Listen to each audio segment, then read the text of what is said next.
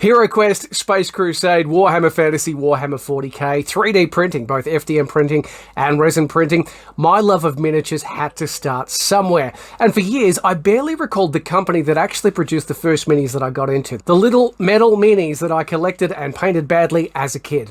Good news is, a couple of years ago, thanks to one particular forum, I found my answer. And today, we're taking a look back and remembering what was on offer when I was a kid from a mini company called Inquisition Miniatures.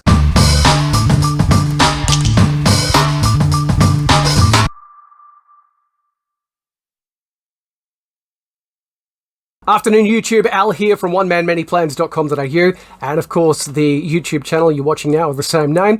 And I understand that today's YouTube upload might be a little niche because, as far as I'm aware, Inquisition Miniatures were only sold here in Australia.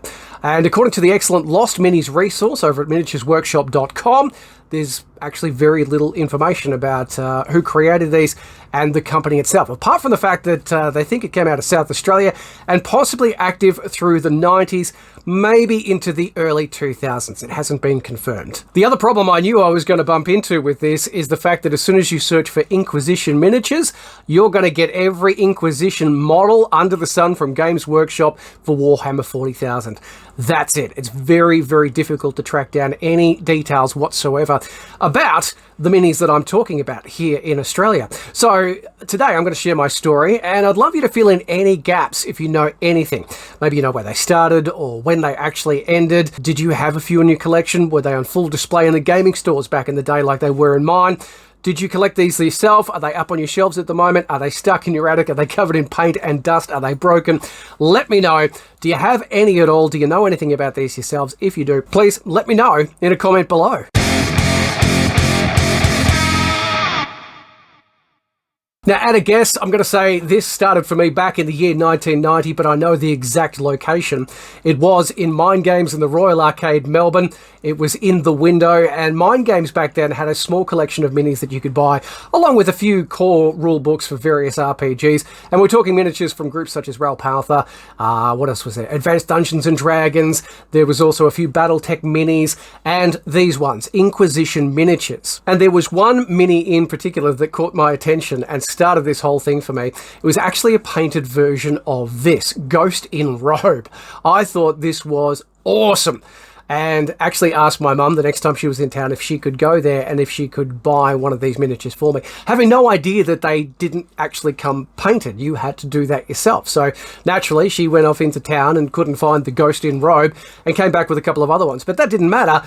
I thought they were the most awesome thing ever, and that's where it all started.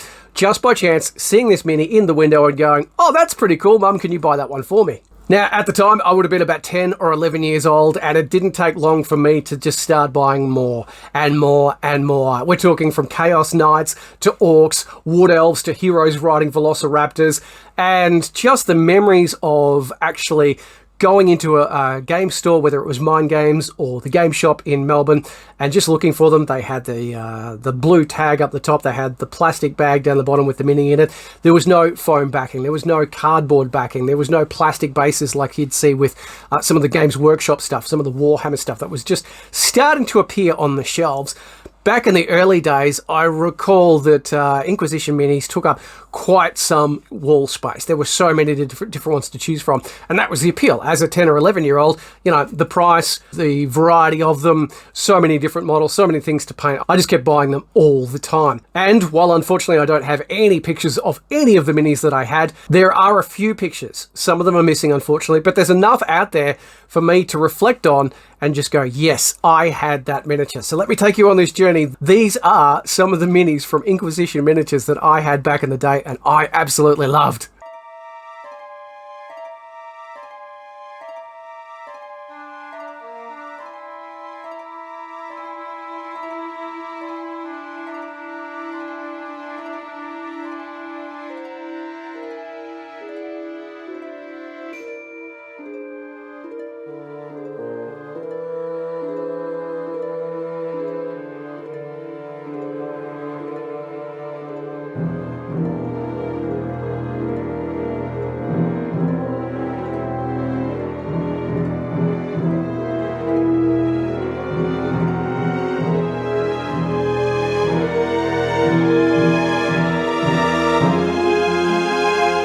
Now, I have a sneaky suspicion I know what you're going to say, or have said, or are about to comment. Obviously, compared to the Games Workshop products today, as well as what you can produce with a decent 3D printer, especially the resin side of things, these were a pretty rough standard. And it wasn't uncommon to have curved bits that were supposed to have a curve, or other bits out of proportion. It was just the casting that they were doing. I have no idea how they were making, but I'm assuming it was just casting and molds and so on and so forth.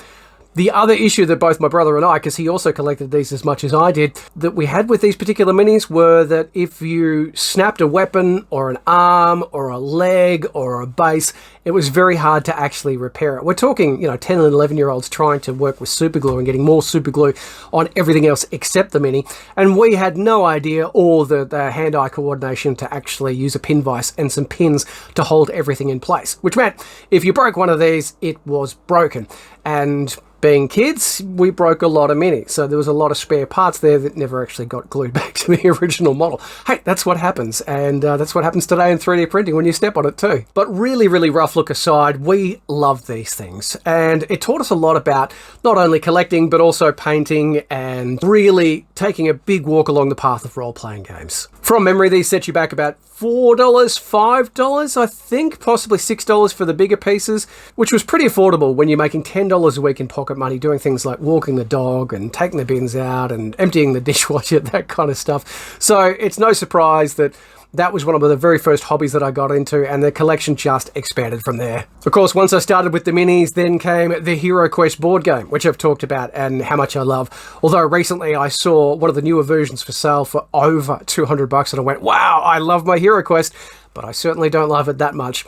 So the minis led to the board game. The board game led to more role-playing games, whether it was fighting fantasy game books, or I started to delve into more tabletop kind of stuff. And especially stuff like Cyberpunk 2020 and Shadowrun and those kinds of games. It would just opened up a whole new world for me. And I'd like to think that Inquisition Minis was certainly the start of that. Painting wise, we just painted it with whatever we had. Some of Dad's old model paints, yes, enamel, which probably wasn't good for it, provided that we had some proper cleaner for the brushes on hand. But otherwise, there was Tamiya acrylics, there was Citadel paints as well. We only had a small collection, so a lot of it was orange or green, and we'd only have one shade of green and one shade of orange. But it was still fun because, cheap brushes, cheap paints, cheap miniatures, just a fun growing up hobby experience. So I'm certainly not complaining. Eventually, though, as the way of things, I grew up and eventually moved out of home, and the interest changed from role-playing games and miniatures to the world of all things automotive. And I can only assume that when my mum moved house, a lot of those minis just hit the bin with all of my old toys, or possibly got donated somewhere. I'm hoping they're in a better place now, wherever they happen to be. Interestingly, though, even though I hadn't given it much thought, a few years down the track, I was on holidays one particular year. I had no real plans, and I just decided to jump in my Mazda RX-7 and drive from Geelong to Adelaide, just on a whim. Had a couple of friends there, and I thought, you know what, I'll go and catch up with them. It's a good excuse to hit the road. I do like a long drive. Let's get into it. 8.5 hours later, there I was in Adelaide. And the next day, when I'm just going around the city, I walked into a random gaming store and found a few more of these Inquisition minis. It certainly wasn't the same levels as I'd remember back in the early 90s, covering an entire wall, but there were quite a few blister packs, I guess you could call them, still available for sale. I think they were about $5 or $6 each.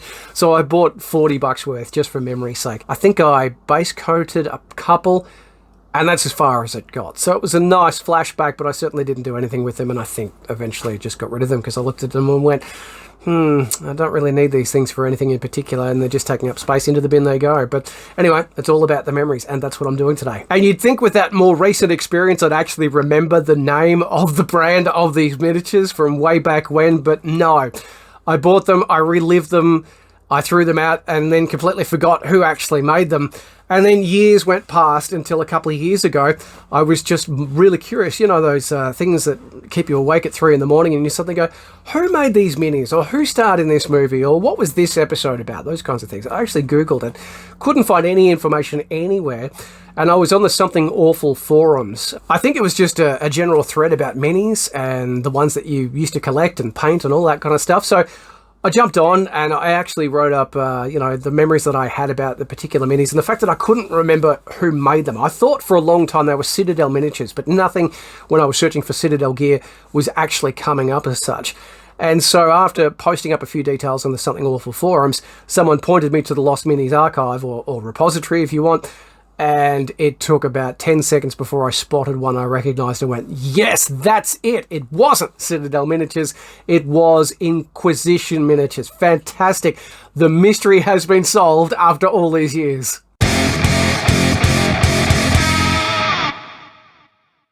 Now, the good thing is if you are up for a bit of Australian miniature nostalgia or history, there are a few available on eBay. They are out of their packets. Some were painted, some have been cleaned up, some have been stripped back, but they certainly are there. So if you want to go and relive these particular models and these memories, absolutely eBay's probably your best chance, unless they're in, a garage sale somewhere. That's the only place I could think of someone possibly selling these, not knowing what they are, since the lack of details, unless they remembered better than I did that they were Inquisition miniatures from Australia from the early 90s.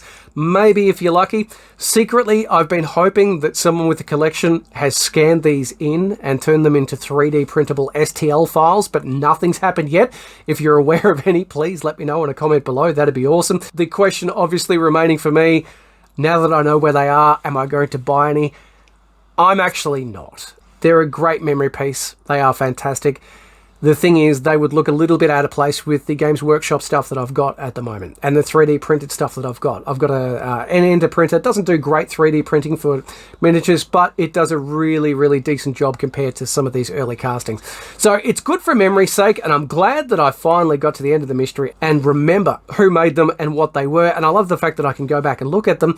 I don't know if I need them in my collection, but hey, isn't it awesome to reminisce? And I appreciate you joining me today, reminiscing about Inquisition miniatures. And like I said, if you know anything that I don't, and that's a lot, please let me know in a comment below.